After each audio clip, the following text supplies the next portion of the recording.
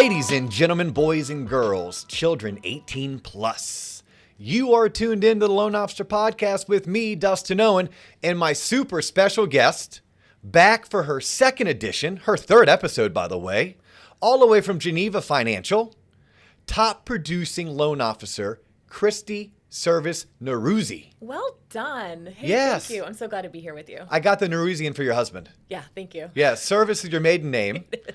Now my middle name. Yeah, now your middle name. Yep. Some people know you as Credit Kristi, yep. Right? If I searched online for Credit Kristi, I could find you, right? You could. Yeah, you have a YouTube channel? I do. I have a YouTube channel and a podcast. Okay, what are those? Credit Kristi is the YouTube, and then the podcast is Credit Coaching by Kristi. Okay. Yeah. Very cool. And I was thinking, because you are a top producing loan officer with this like knack for knowing credit, I came up with this like really creative title for today's show. I was like, ooh, what if we could do no credit, no success, KNOW, like know it, Man, you're but then no credit, no success. Like, hey, you ain't got no credit, you're going to have a hard time being successful. That's right. Yeah. Yeah, That's kind of catchy, right? That's brilliant. Yeah. It really is. Does that work for you? It's awesome. Thank you. Okay, so we're going to go with that. Okay. But I love to like preface who is on the show with me. Great. I like to use numbers because numbers don't lie. Oh. So let's talk about some numbers real quick for those that are tuning in. Okay. What was your production last year, Kristi? 40 million. $40 freaking million, right? Wow. It was a good year. Yep. You aged by how many years? 5. Okay, so you aged by 5. You did 40, and there's approximately how many units? About 150. Okay, so when you talk, you are a person of authority, in my opinion, right? Someone who closes that many units for that much volume kind of knows what they're doing.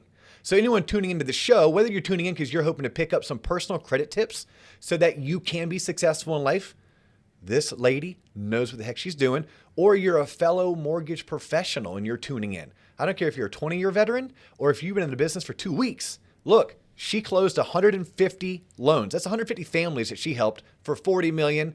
And I love to preface this because last year was a banner year. It was a huge refi year. And not that we don't get paid on refis, because by the way, you do get paid on refis, right? I sure do. Yes, but we try to coach and teach loan officers to focus on what? Purchase. Okay, so what was your refi purchase mix last year? I wish I had looked at that number before I came here today. I want to say it's somewhere around 75-25 purchase. Yes, that's awesome. Yeah. So like you actually probably left some refis on the table. I did. You could have done 48 million. Maybe. Maybe, yeah, maybe. Instead of 15-hour days, it would have been 18-hour days. Yes, that's always the trouble with a year like last year is if you don't have your team in place and they're tuned up and ready to go, you sometimes can't hire fast enough. It's true. And I'm sure you, like many others, kind of got caught with that. Like, man, I actually could have done more. Yes. But I wasn't going to walk away from my purchase business or my realtors because that's my bread and butter. That's my relationships. That's my heart. Yeah. Well, those people are going to refer Credit Kristi. Yes. Whether rates are 2% or 12%. Correct. Because they're going to buy houses whether rates are 2% or 12%. Yes. All right. So we have like 1,000 different rabbit holes or avenues that we can shoot down. Okay. And if it's okay with you, I kind of want to hit a bunch of them. Let's do it. Let's start with this because you and I were talking about this off camera. Yes. And I think it's really cool when we're getting to know Kristi Nowrouzi. Share with me a little bit. You were doing your taxes. I love this story. Yes. Because you've been a mega producing loan officer for approximately how many years? I would only say I've been producing at where I want to be for just the last couple of years. Yeah. So I started back in the business in 2016. So for all intents and purposes, you were what I call a B backer. Yes. Like you were like one step above a rookie. Yes. Like you didn't have a book of business. No. You were starting over, although you might have had some experience. Well, and some being the key word. I started in 2003 in a whole different area of the state. I got out of originating in 2008 when underwriters would not put their names on an approval letter. Mortgage insurance companies were like, Florida, we're out, right? And that was my market, was first-time home buyers. And so on that note, I shifted over and became a short sale negotiator. So I got out of the business for years. Then I moved to Central Florida. And I said, I am missing this piece in my heart. And so I came back into the business in 2016. So my husband and I were going through our, that magic box of like, this looks important. I should put that here. Yes. Right? So I grabbed that box and we started getting all of our stuff put together so we can finally get around, procrastinator, to to getting our taxes to our accountant. When are taxes due this year? Did we get till May, or are they due again in May 17th. May 17th? Yes. It's usually April 15th, right? It is. Okay. Yeah. I don't know why they pushed it back, but I'll take it. COVID. Everything's because of COVID. Yeah, perfect. Yeah, I go to my favorite restaurant. They don't have my favorite thing. Oh, it's because of COVID. Like, what? I couldn't get a rental car yesterday because of COVID. Come on. Yeah, like I took my car to the shop because I had a hose leaking and blah, blah, blah. And I'm like, yeah, just drop me off at the local rental car place. And I walk in, they're like, do you have a reservation? I'm like, no, I just need a car for a couple of days. Like, yeah, no, we don't. I was like, oh. And then Uber's taking forever to come pick me up. But I digress. Talk about that box, because this is a really cool story. Yep. So I'm pulling through some things, and I find prior year tax returns, and I'm like, ooh, this is going to be fun. So I went back to 2016 because that's the year that I had started. And between the two of us, we made $60-something thousand. Combined income. Yes. And my husband worked at a bank. Like, he's a W-2 wage earner. So, take that on for a second. Yeah. So that means I made $20-something thousand in my first year. Yeah. So you made 14, 15 times that last year. That's a cool journey, and it's great. It's a great perspective for anyone who is either getting started in the business, or maybe they've been in 3, 4, 5 years. Heck, maybe they've been in 10 years. And they haven't achieved that success of 150 units and 40 million. Like, it's all attainable. Like, Kristi started in 2016, and by 2020, had gone from making somewhere in the 20,000s, where I'm just going to do rough math. You don't have to tell me what your W-2 was. I'm guessing just more. Yeah. Well, how about this? I'm guessing your comp plan was somewhere 100 basis points or greater. Yes. So if it was at least 100 basis points, guys and girls, that's 400 grand. If it was 125 basis points, guys and girls, that's 500 grand. So just know, from 20 to 25,000 to somewhere between $400 and $500,000 in 4 years. 4 years time. Yep. That's pretty awesome. Yep. I can't wait to learn from you today. Aw. I cannot wait to learn from you. So, because now that I've realized that you're, for the most part, pretty new in this industry, like new from a top producing loan officer back in the game, newish. Yep. You have like a Barry Bonds asterisk next to your newness, right? Like, what would you tell someone who was sitting in your shoes just 4 years ago, right? You're like, hey, you're going to go down this journey. Your first 12 months, make sure you do X, but also make sure you stay away from Y. One of our listeners hit us up on YouTube, which, by the way, guys and girls, if you're tuning in for the first time because Kristi is a friend of yours, you can follow this show, The Loan Officer Podcast. We are on Spotify. We are on Apple Podcast. We are on YouTube at The Loan Officer Podcast. We are on Facebook, Instagram, LinkedIn at The Loan Officer Podcast. And I'm Dustin O, and you can find me on LinkedIn as well. All right. Now that we got that out of the way, so one of our viewers said, hey, you always ask people what to do. How about you ask someone what not to do? Like, what's one thing you would never do again, or you would tell people to stay away from? So if you can think of that, great. But I do know you have a couple tips and tricks and tactics you could share with people. Like, hey, guys and girls listening, if you're newer in the business, or you're coaching people, or you're mentoring people, or managing people who are newer in the business, do this. What is this? So my first year, right, wrong, or indifferent, this is what I did. 3 things. I got involved with a couple of key networking groups, so we'll talk about that in just a second. I studied and learned my guidelines because I'm only as good as the knowledge I have, right? And I called on potential referral people. So I constantly asked for introductions to somebody that I would jive with personality-wise. And who'd you ask that of? So I really relied heavily on my networking group. So I would start there. I would try to find some place that you got to find your people. Mm-hmm. And so in my first year, I found a BNI chapter. So it's Business Network International.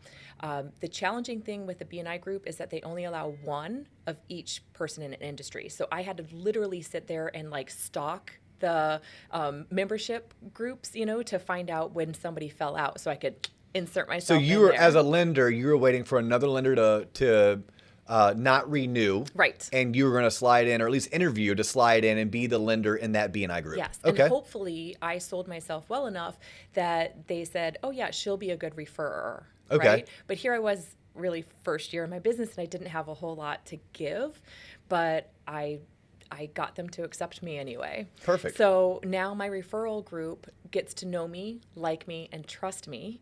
And so they're introducing me to anybody. And so I've got to do a good job of telling them who to look for. Like my specialty, my heart is I love first-time home buyers because I'm going to take that additional time with them. I'm going to do this if this is okay. Yeah. My hair won't let it. No, it Oh. won't. Okay. Better. Okay. It just It felt like looks was, great. It just felt like it was slipping off my head. Oh. So I would ask for first-time home buyers, but you can't just say, "Hey, I'm looking for first-time home buyers," because people don't say, "Hey, I'm going to be a first-time home buyer."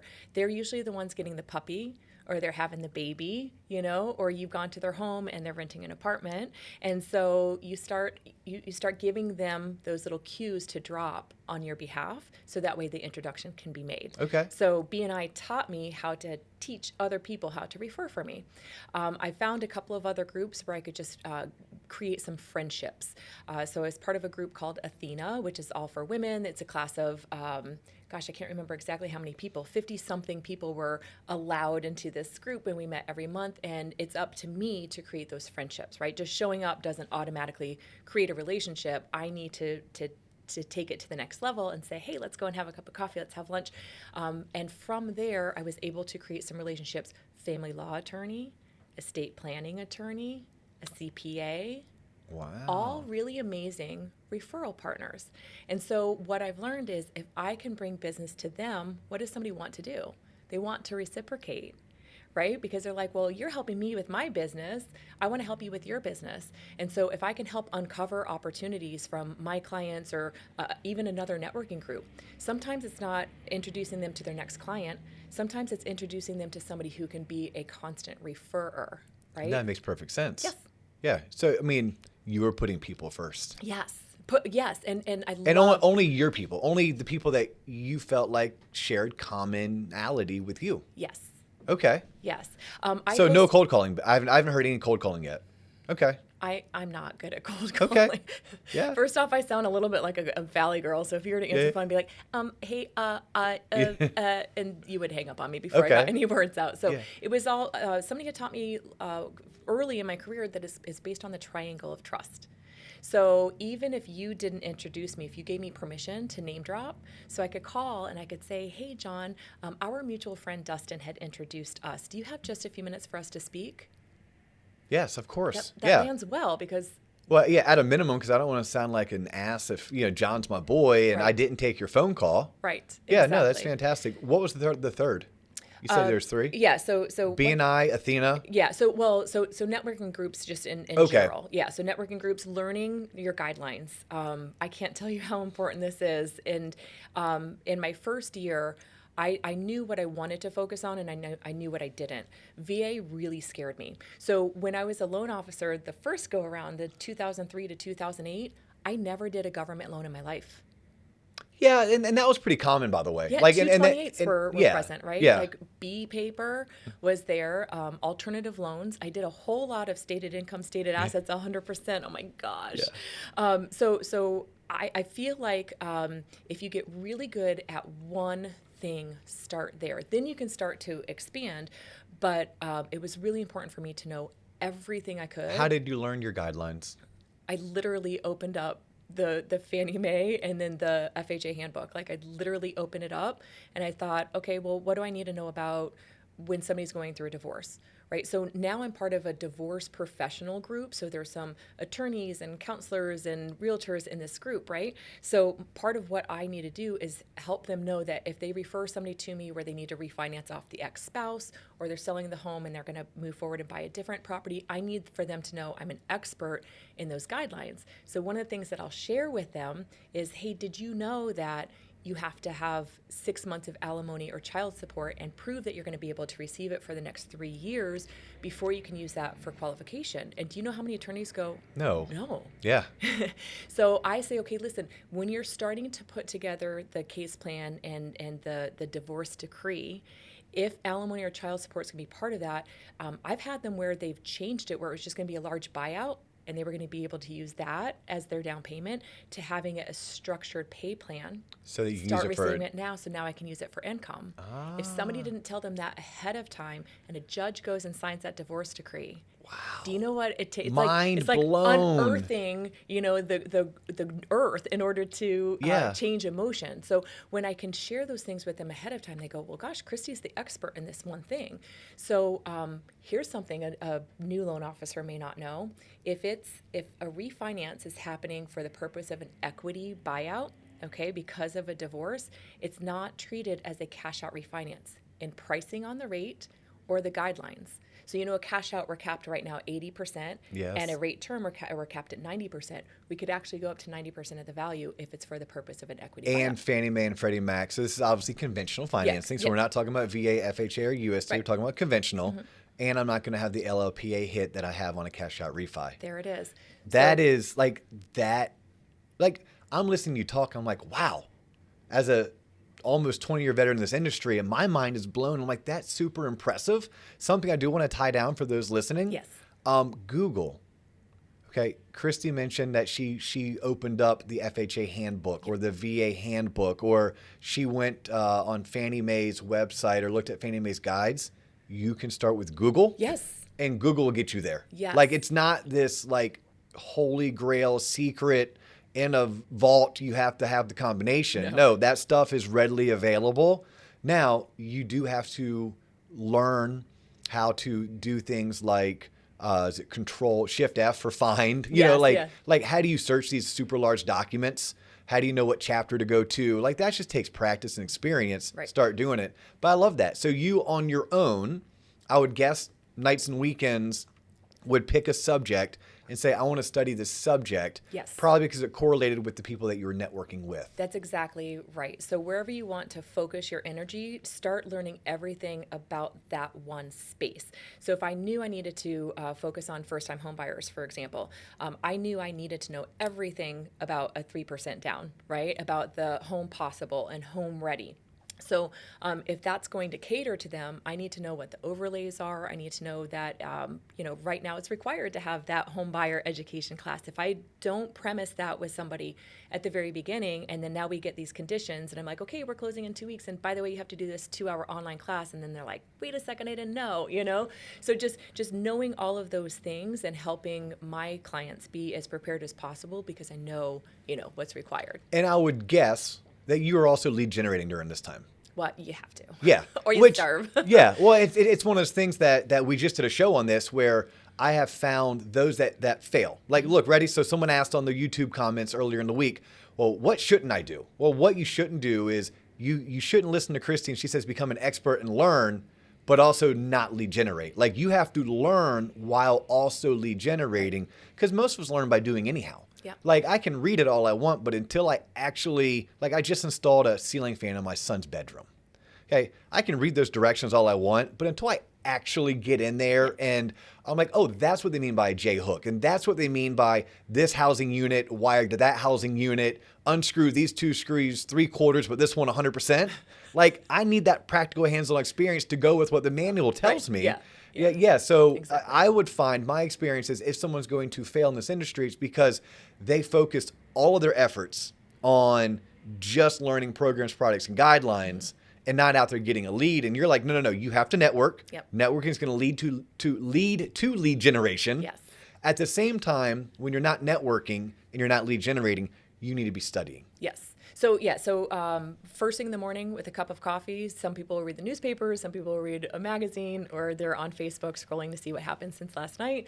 I was reading guidelines. So I would just focus on something, and then if I didn't understand it, I would dig deeper. Some companies have like support at underwriting, places that you can go to and ask an underwriter. I would go and say, hey, this isn't really clear to me. How would you interpret that? But be careful, because it's that one underwriter's interpretation of that guideline. So every once in a while, there's some gray matter, right? So what one person says isn't always truth.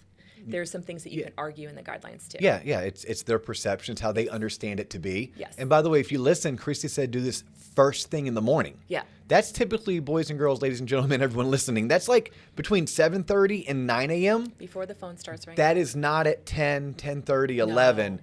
Don't go seeking those people's help, because at that time they need to be helping your borrowers get their loans closed. Yeah, exactly. But they're going to be more available to answer your questions early, first thing in the morning. Yes.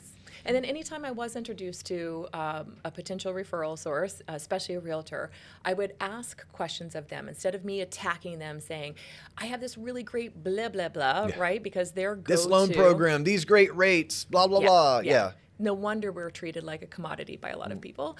I approach it with, how is your business? If you could change one thing, or if you could add one thing to change the trajectory of your business, what would that look like for you? Get them talking, because people will tell you where their weak spots are or where their strengths are at. It's just human nature if you've asked and you show like actual care about that question and you're here to listen, they'll tell you. And then so now you could say in your mind, like, I can maybe help fill that problem, right? So if you can come with a solution to that. One agent had told me, she works just in this one community, but there's nothing in the market for her buyers that match her buyers' likes. And so I started thinking about that. I'm like, well, I can't create inventory, right? And I'm not going to go door knocking and do her job or whatever, right? Like, you want to do some things for some people. By the way, you mentioned door knocking. Younger professionals, younger in your career, I will tell you. Did you? Go door knock for an hour or two. Think about this real quick. Okay. Your realtors need to door knock. You know it, I know it. It's how they get listings. Listings lead to buyers. We love buyers in the lending world. They hate to door knock. Yeah. Either it's a safety issue, it's a comfort issue. Okay. What if I came and door knocked with you? Oh, that would be exceptional. Okay. Yeah. I spend 2 hours with you. How much does door knocking cost me? How much does lunch cost me? No, lunch. If I took you to lunch. Oh, afterwards. Okay. No. So this is my thought process. I could take Kristi, the realtor, to lunch. I'm a loan officer. Yep. Lunch is going to cost me $25, $30. It's going to be 2 hours out of my day. It's 15 minutes to drive to the restaurant. It's 15 minutes to drive back. It's an hour and a half awesome meeting. But it cost me $25. Yes. What if I drove to a neighborhood, met my agent at the neighborhood, we walked the neighborhood together for an hour and a half, we knocked on doors, that was free, and I had quality time investing in my agent's success. Yes. Now, is this realistic for Kristi in 2021, who's a top producer closing 15 units a month for, $4 million a month? Probably not. But someone early on in their career to be able to partner with a realtor early on in their career, because look, most top producing realtors no longer door knock. Right. But door knocking is something you have to do to pay your dues. You have to. Yeah, you have to. It's just a thought that I actually was covering this with a couple of rookie loan officers the other day when we were doing our coaching. And one guy's like, heck yeah, I love that idea. Now, another person was like, I don't know. It's not for everybody, but nonetheless, you mentioned it and just made my little bells and whistles went off in my head. I'm like, well, let me share this real quick. Yeah, no, absolutely. I think that's a really good idea, especially for the relationship building part. You're taking valuable time out of your day to help support that realtor. That would probably go pretty far. But I do love what you said, and I got you off track, which you were talking about. You started reaching out to realtors. Yes. Usually those realtors were referred to you probably by someone in your BNI group or someone in the Athena group. Yes. So through your network, you're asking these like-minded people for other like-minded people, but now more specifically, hey, I want like-minded real estate agents who sell real estate in my local market. But instead of you just showing up and vomiting about how awesome you are as a loan officer or what great rates you have or what great loan programs, you shut up and start asking them questions. I need to uncover the need so I can fill it. Because most people approach it as me. But if I could find out what is in your way of helping you get to your next level of success, then I can help you become successful. Then there's a potential for partnership. Because every loan officer or every realtor who is actually creating business and making money, they're going to have an exceptional loan officer at their side. So when we get to that part of the conversation, I never say like, I want to be your number one and I want to like kick Dustin out of there and put me in. Like I want to respect the relationship that realtor has with that loan officer because they worked hard to get to that place. But what if that LO doesn't have a renovation loan program? Because that was my solution for that agent.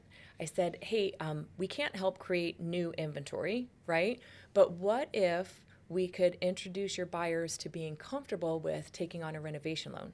They could find the perfect home as far as the location, the size, the blueprint, and then we can help them envision a custom home. I love this idea. Through the renovation loan. Love it. Or this. You said we can't create inventory. Maybe we can. What if you have a great CP product, a great construction loan? Yeah. and you go to your realtor and say, look, we have a great construction loan. Let's help your buyers go out and create inventory. Realtors can get paid on the lot purchase. I don't know enough about custom home builders to know if custom home builders would pay a commission. My guess is they would. I think My so. guess is that if a realtor brought a custom builder, a buyer, that custom builder. So there is possibly a way that you could find a solution, find a way to, create inventory, whether it's through renovation lending or through CP lending. Yes. Man, mind blown. This is awesome. This is like a bonus. Like we almost went bonus episode first, and then we're going to roll into the credit aspect. Because I think, as a mortgage professional, it's bestowed upon you to be a service advisor to everyday Americans, everyday citizens of our country, right? And it's like credit's a big piece of it. Huge. And what we're going to cover now, you as a loan officer should just know, because it's going to be great tactics to become the best professional you can be. And it's going to actually help create bigger numbers on your W-2 next year. And it's going to help you service more families and close more units and increase your volume.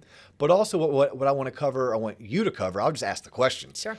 Occasionally I'll interrupt and interject. I'll try to do that less than more. But this is going to be information that you can share with your borrowers. Sometimes having third-party validation is huge. Like I use articles from Housing Wire all the time, or something that Dave Stevens wrote about, or Garth Graham at Stratmore was talking about. Not that I don't know the subject matter, but because it's third-party validation that I can say, hey, don't just take it from me, take it from these guys too. Right. How awesome is this? Like yes, Kristi's a loan officer for Geneva Financial. I'm a loan officer at Waterstone Mortgage. We're friends. Like we don't compete against each other. We don't wish each other any ill will. Yeah. It's no big deal if you share something Kristi says on this show with your borrower, because your borrower is going to be using you because of you. Yes. Okay. So I also want to make sure that those tuning in and making it this far along in the episode, they're going to learn something about why understanding credit the way that you do will make them a better loan officer. But also, what are some tips and tricks that their borrowers, their consumers, home buyers should also know? Mm-hmm. So where do you want to start on that? Do you want to start with the loan officers and then we'll flip it to the consumer? Or do you want to start with consumer and then flip it to the loan officer? I don't care. You don't care? I don't care. All right, let's start loan officers. Okay, so let's start with loan officers. Again, if you're a loan officer and all you know about credit is pool credit, if it's a 620, I'm a go. If it's below a 620, I'm a no-go, unless it's maybe VA, FHA, USDA, at which point I can possibly go down to 680 or 600, 580, depending on your company, your bank, your overlays, etc. Yes. Like if that's all you know, there's a lot more to know. Yes. And there's some tips, some tricks, and some tactics. If you make yourself a bit of a credit expert, you can actually differentiate yourself. Yes. Let's talk about that. Okay, so what are some things that I think loan officers don't know enough about that you want to make sure that if you were coaching a loan officer to come work for you at Geneva, what are some things you'd be coaching them today to know about credit? Awesome. So I know my first year being a loan officer, I knew just what you said. 620 or higher this way, 580 or higher, I could go this way. And there was really nothing else that I needed to know other than look under the public remarks and make sure there's not a bankruptcy or foreclosure or a short sale, something along those lines. So it's so much more than just the score. Even if you start reading all of the information in the guidelines about what an underwriter is actually looking for when it comes to credit, they're looking at money management and your attitude towards money. And that credit history reflects that. And unfortunately, there's so many people out there that got into this habit of money mismanagement. They're robbing Peter to pay Paul. This got me as far as I could, so I got to create another strategy. And then, they're opening up new credit cards to move the balance over from. I mean, it's just kind of a mess because we're not taught it in school, right? Yeah. So when I started really diving into it, credit is the foundation of everything. So the way I present it, either when I'm coaching a new loan officer or when I am consulting with my clients, is this is important for just the mortgage, but it's so much deeper than that, right? If I can teach a mindset with credit and a new behavior with how to act with money, I can change that person's life. Yeah. And knowing that, so think about this. we have a better foothold on this person than even their financial advisor. A financial advisor, you go to somebody for the first time, you're like, hey, I have this $25,000 401k rollover. I'd like to contribute something every single month. What do I do? They're going to set you up with an IRA, get you into that habit of like contributing $50 a paycheck, $100 a month, whatever the case may be. Yep. And then you build it from there. But we have this space, this place in which we can just like blow it all up from the very beginning. We get to see everything about this person. Our clients are so exposed to us, and they have to be so vulnerable with their information. So what does that look like if we can really unfold it and look at it? Don't treat it as a credit score. You got your Fannie Mae approve eligible, moving on to the next one. Really take some time if there's an opportunity to coach. Now, you're going to have somebody that has an 820 credit score and they don't want to hear anything from you because they know it all, right? But if you're working with somebody who's younger, and not necessarily age-wise, just maturity-wise or relationship-wise with credit, take some time here. So what's really important is their attitude towards money. So are they borrowing? Not excessively, right? Do they have 25 store credit cards? Maybe let them know that they don't necessarily have to do that. So Obviously, how many would you tell them they needed? Making changes after the loan application has closed. Yes, of course. Home, yeah, right? Yeah.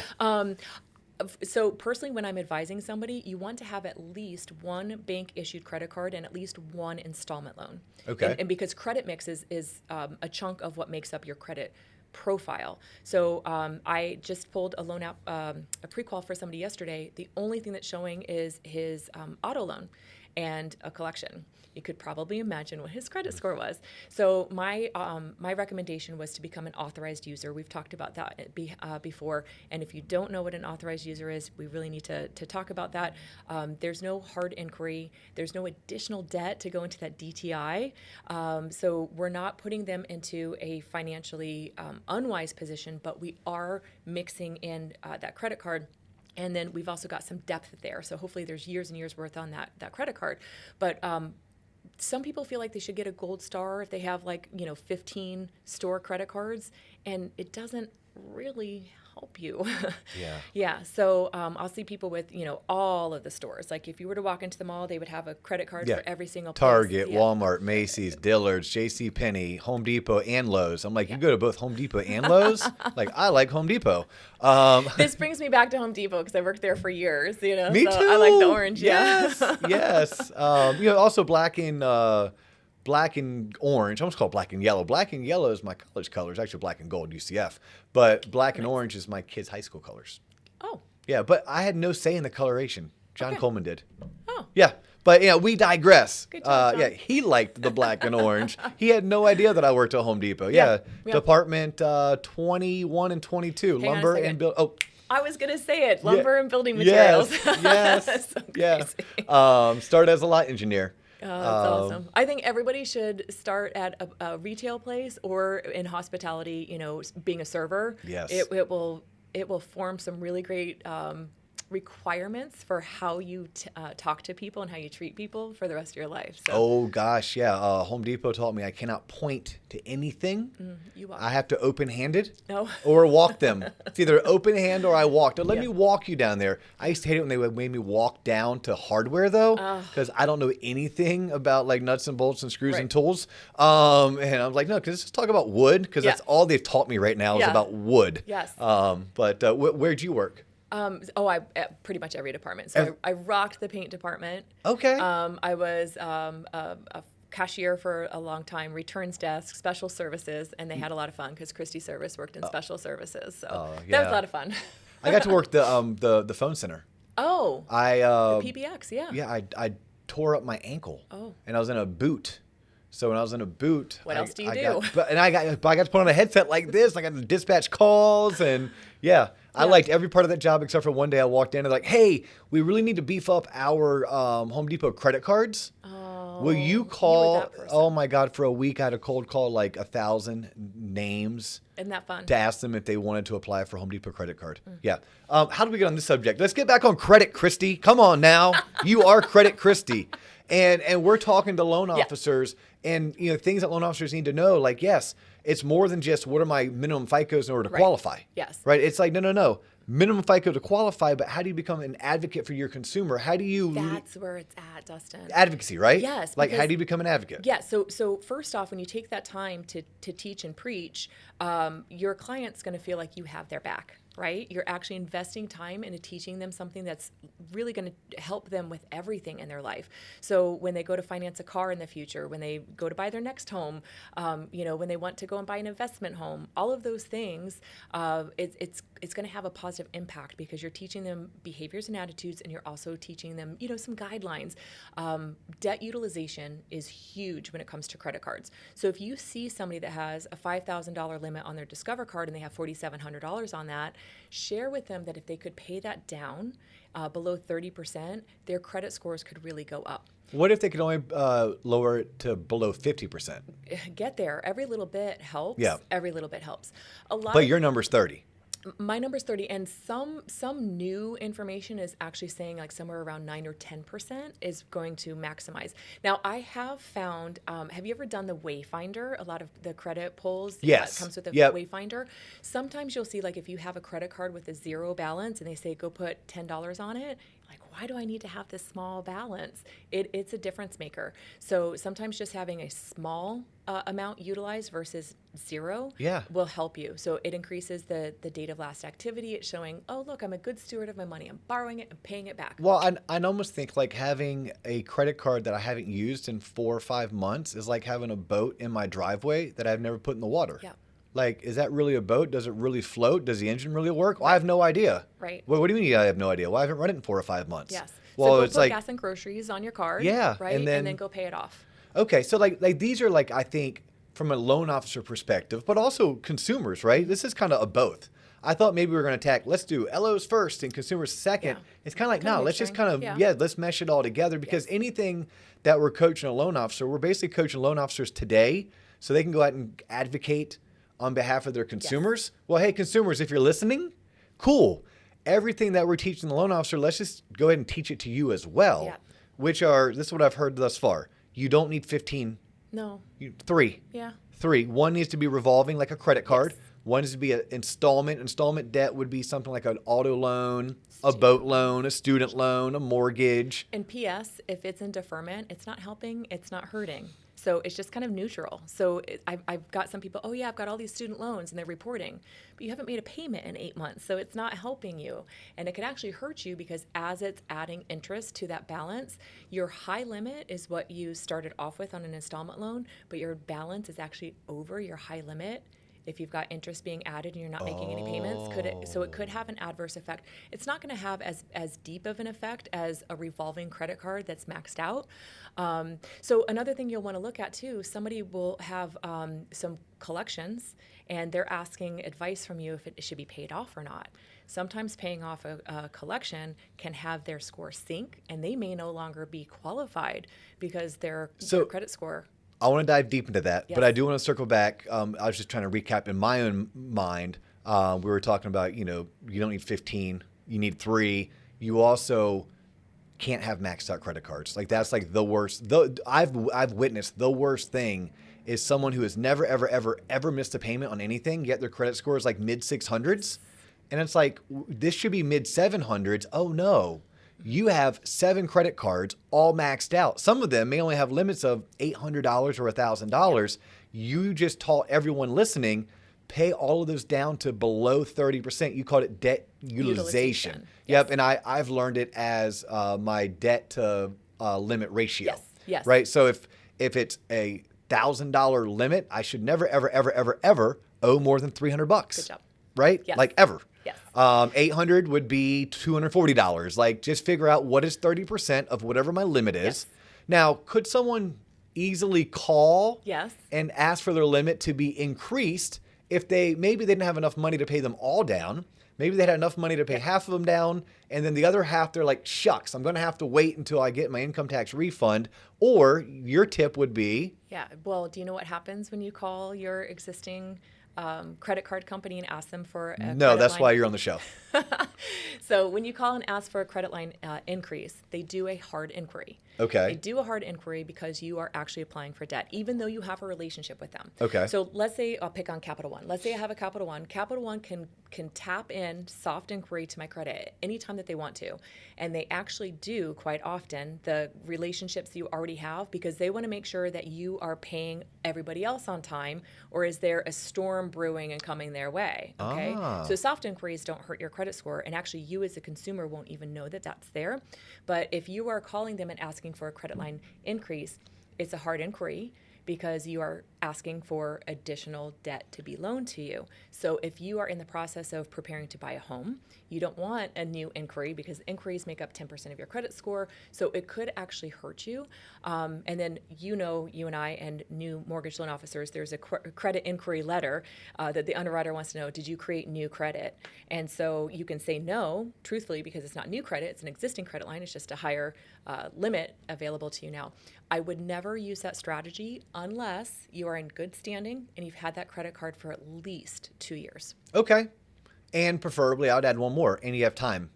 Maybe I'm talking to someone who's not looking to buy a home until March of next year. Brilliant. Do it. And they came to me today, and they have a 590 credit score. Yes. At which point, hey, we have time, and we have to put together a game plan. Yes. But I'm glad you shared that, because honestly, that would have never crossed my mind that that's a hard inquiry. And here's also why I love what you shared, that is a question that comes up, and it will be for every loan officer going forward. Oh, my credit inquiries. Oh, my credit inquiries. Look, credit inquiries make up what percentage of your credit score? 10%. 10%. So they matter, but really not that much. You know, when somebody is crying to me like, oh, I don't want you to pull my credit, I say, this is what you've been working for.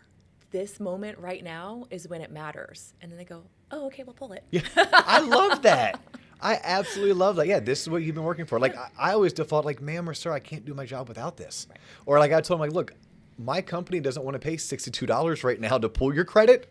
But if you need me to do the best job possible for you, I need that report. Yes. And that report's going to let me do everything I need to do. But I love what you said. This is the moment you've been waiting for. Yes. This is what you've been working so hard at. Yes. Yeah. Awesome. Okay. So we learned about utilization of debt, having too many cards. Mm-hmm. Credit mix.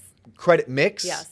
And then just be cautious with paying off collections. Yes, that's where you're going. If it's a brand new collection, get that gone.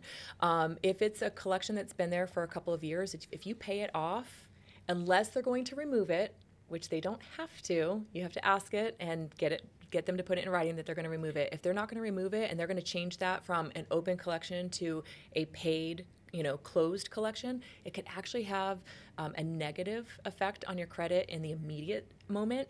And if somebody's kind of borderline, you may no longer be qualified credit score wise. So it's a dangerous thing. And then this also goes into guidelines. So somebody who is a new MLO, read when you run the Fannie Mae or Freddie Mac findings, read what it says.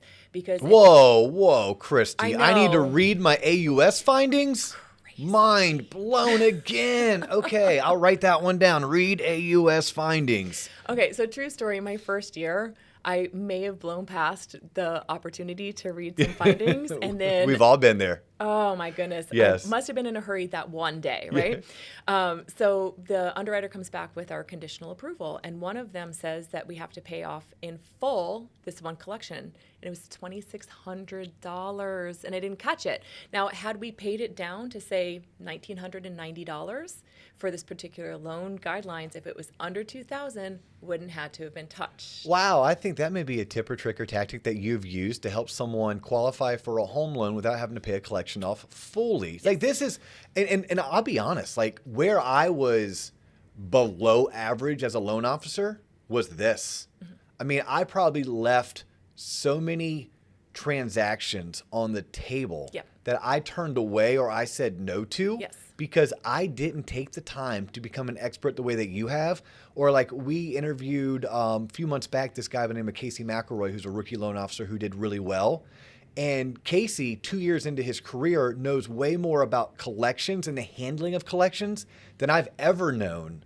And he'll attribute a lot of his success to be able to look at someone's credit report and maybe their bank said no. Maybe that TV commercial that advertises incessantly about how great they are and quick they are turned them away. And he looked at it and he worked with them. And this is, I'm going to start speaking your language, which means I'm going to butcher it because it's not my language. But yeah, he would work with them, say, oh, well, that's a medical collection. If I can get a letter that removes it, then I'll be able to rerun your credit. I'll get you from a 640 up to a 660. And maybe at a 660, you will qualify for that down payment assistance program, where at 640, you didn't. So you just touched on so many things. Okay. Not only is it qualification for the loan, it's also the interest rate, which is their payment, right? And so if we can get their payment inside of a certain window, we don't have to have them looking at this like dumpy little purchase price realm. They can qualify for more because their interest rate is lower. If their credit score is higher, the mortgage insurance can often have a change in the factor if they're going with a conventional mortgage, right? So let me ask you this question. I know the answer, but I want you to go a certain direction with it.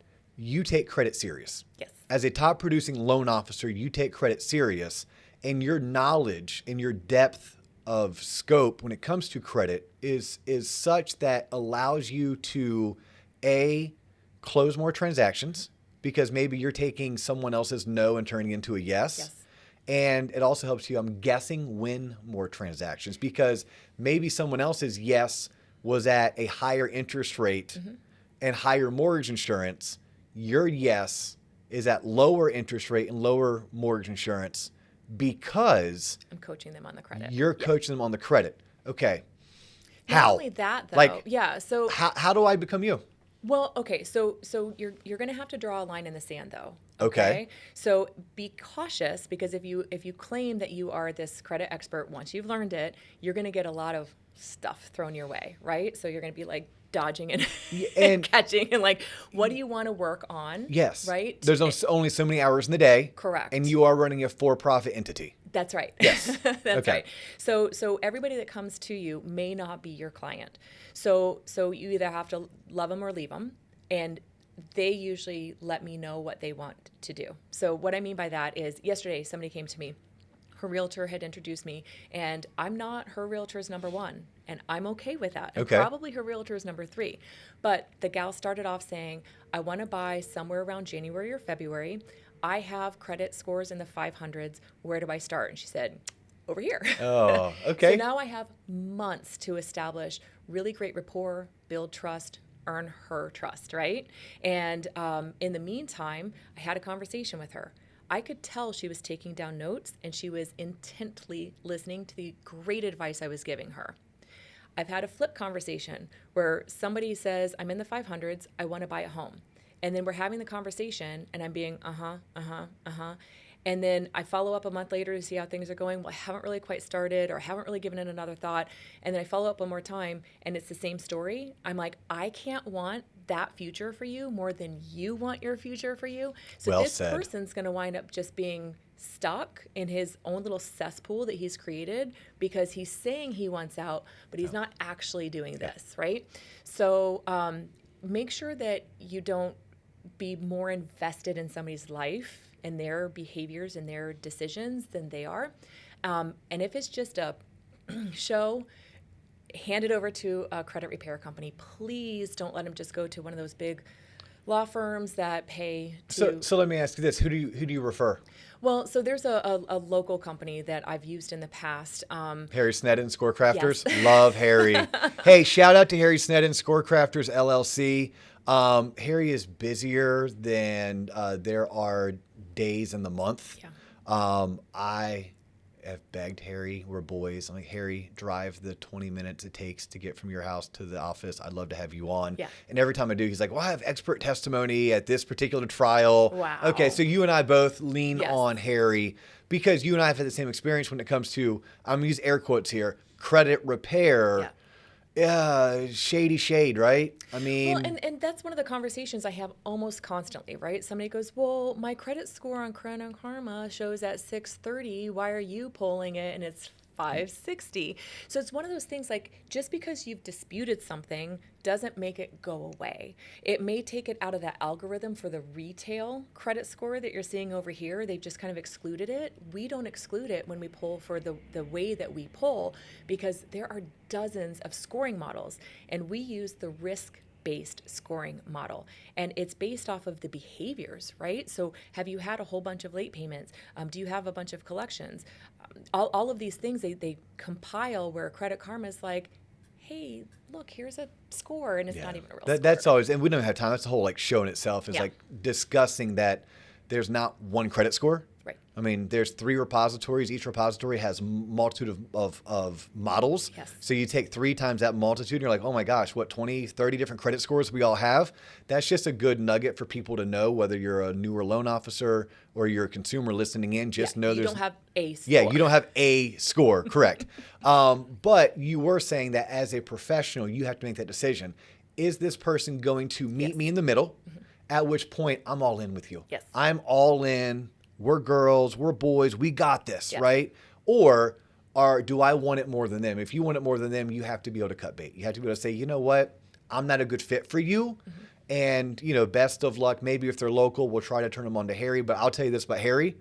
He'll do the same thing we did. Like, look, you have to be able to meet me in the middle. If you're not willing to meet me in the middle, I can't help you either. So then now you're on your own to find a quote unquote credit repair, when maybe it's not credit repair you need, but it's more like a credit attitude adjustment you like need. it, yes. And that's something you can only get from the person in the mirror. That's not something that you can get by calling in 1-800 number based on an ad you saw. And that company might not do what's in your best interest, which is teach you They don't teach about credit the way that someone like Credit Kristi does. The reason why you have your podcast, you have your YouTube channel, is to bring education to the forefront when it comes to credit. Yes. Now, as a loan officer, give me some more ideas of like things that you have done to win transactions, to win relationships, to win over realtor partners, to make sure that your borrower chose you over their credit union or their bank. What are some things that our listeners who are tuned in can say, yeah, I want to do that, or I need to go learn more about that so I can do that? Okay, I'm going to rapid fire everything that's going through this little brain of mine, okay? Go for it. Okay, so if you are already working with a buyer and there's multiple offer situations, you as the loan officer, when your realtor partner goes to make that offer, call the listing agent. Tell them that they'll hear from you every week with updates and immediately upon milestones. Tell them how great your borrower is, but be careful. You can't tell them, all of the insides and outs, right? But tell them something special and get permission for this.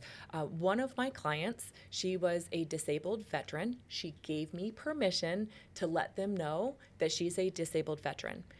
So not only was I tugging on those heartstrings, but I also said to that listing agent, there's no chance of her being unemployed.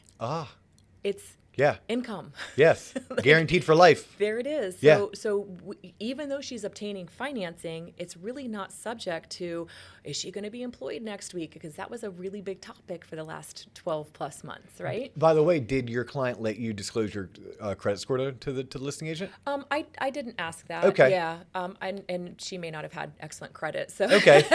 Yeah. if it doesn't start with a really high 7 or an 8, you may not want to disclose that. But Yeah. We only disclose our strengths, right? That's yeah. So in that particular file, it didn't make sense, but you did. But like from a credit standpoint, what are some big wins you've had because of your knowledge of credit, because of what you taught your client? Something that someone can say, hey, I like where Kristi went with that. I kind of don't fully understand it, but I'll go learn about it so I can use it too. Sure. So somebody had called me a couple months ago. They were working with a credit union.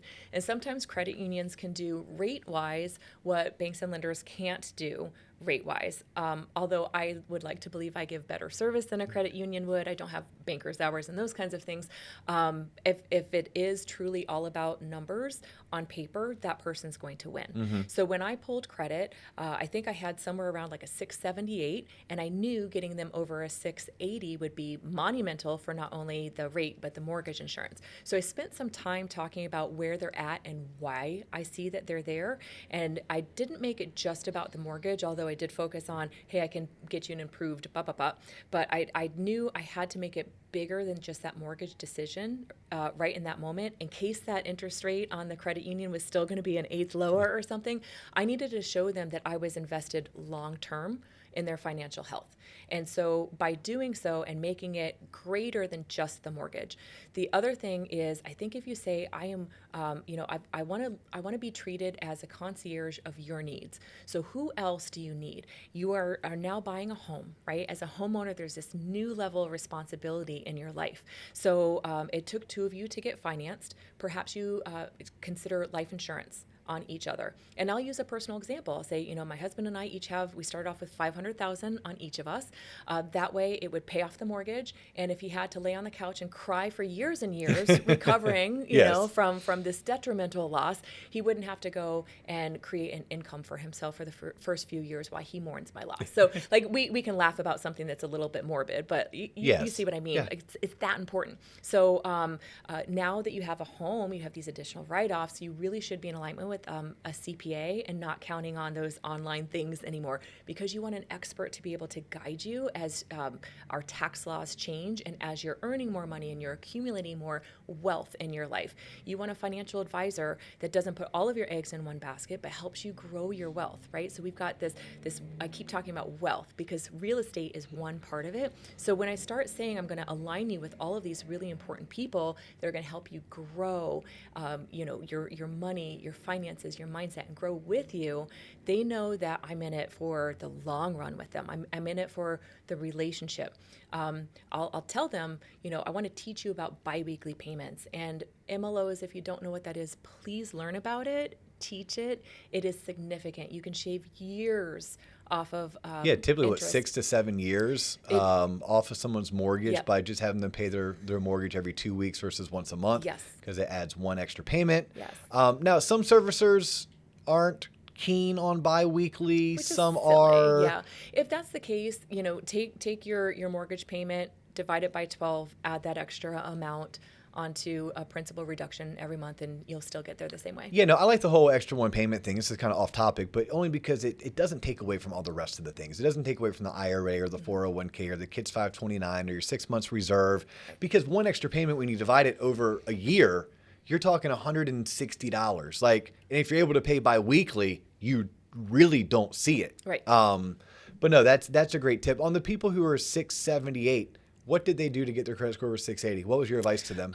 My number one tip, which is get an authorized user on your account. So call mom and dad, brother, sister, yes, and have them add you to one of their credit cards. That, by the way, the credit card needs to be in good standing.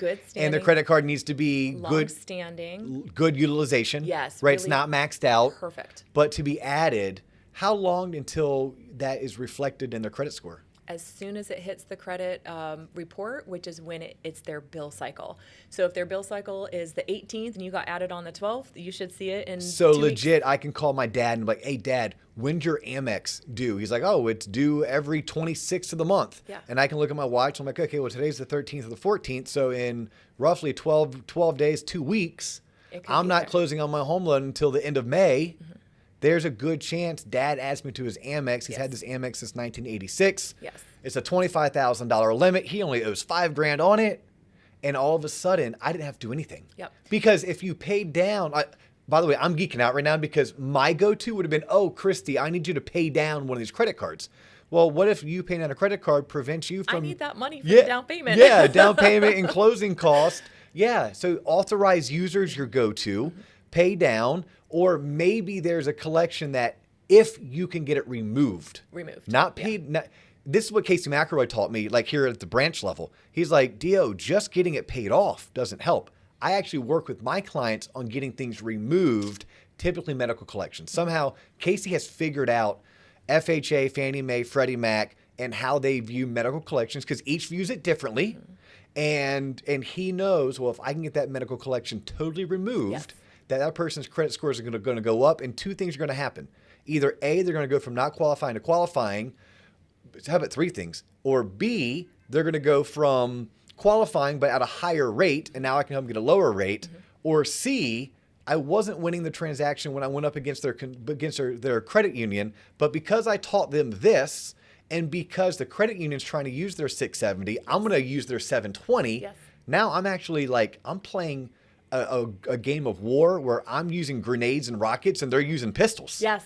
And I'm using my grenades and my rockets to get a 720. Now I'm going to blow them out of the water when maybe when I played a game of my pistol versus their pistol, I wasn't winning. Right. I had to go create a cache of grenades and rockets. Yes. I did so by understanding credit and really understanding Fannie Mae, Freddie Mac, FHA guidelines as it pertains to collections. Yes. And in Casey McElroy's medical collections. Yes. And This is what's mind-blowing. crazy is like the algorithms for the credit reporting bureaus, they don't treat medical different than they do just a mismanagement of funds. Like Which is terrible. It's terrible. But to this point that you're saying there, medical can be removed where a collection for Capital One can't and won't. But yeah, you go that extra mile for that client and really show them that you're not in it just for this transaction. You're in it for the relationship. It's a game changer. Okay, so I, Dustin Owen, and our listeners of the Loan Officer Podcast, we need a crash course in credit. Where do we go? Well, I would start with the podcast because they're 6 Yours. to 10 minute. My podcast. That's awesome. They're Okay. 6 to 10 minutes long. I love so it. You can knock it out, when you're brushing your teeth and Yeah. putting on your shoes. On in the YouTube, morning. on Apple, where? It's on all podcast platforms. Okay, and so it's Credit Kristi. Credit Coaching by Kristi. Credit Coaching by, see, I'm glad I prepped. Yep. So Credit Coaching by Kristi Kristi. with a K. Yes. It's Kristi with a K. Yes. It'll be, John Coleman will have the graphics up. Cool. So, and this time we're going to do the full service and risky. It's going to be no whisk. See, I screwed it up again. That's why I always go with Credit Kristi or Credit Kristi Service, because I can pronounce that. You know what's so fun though? The first part of my maiden name and the first part of my married name is Serve Now. How about that? Boom. I'm just going to rename you Kristi Serve Now. Kristi Serve Now. No, this has been fantastic. Like This has been a lot of fun. I It love always you. is with I love you as a guest. I love you as a person. Thank I'm you. so Ditto. grateful that our paths crossed a year ago and we're able to do stuff like this. If people need to get a hold of you, I know we just threw out the podcast, but what are the better forums to connect with you or reach you? Yeah, questions at creditkristi.com is my email. And I would love it if you considered subscribing to my YouTube channel, to my podcast. I really just feel like I'm charged with providing some content and information that not everybody knows.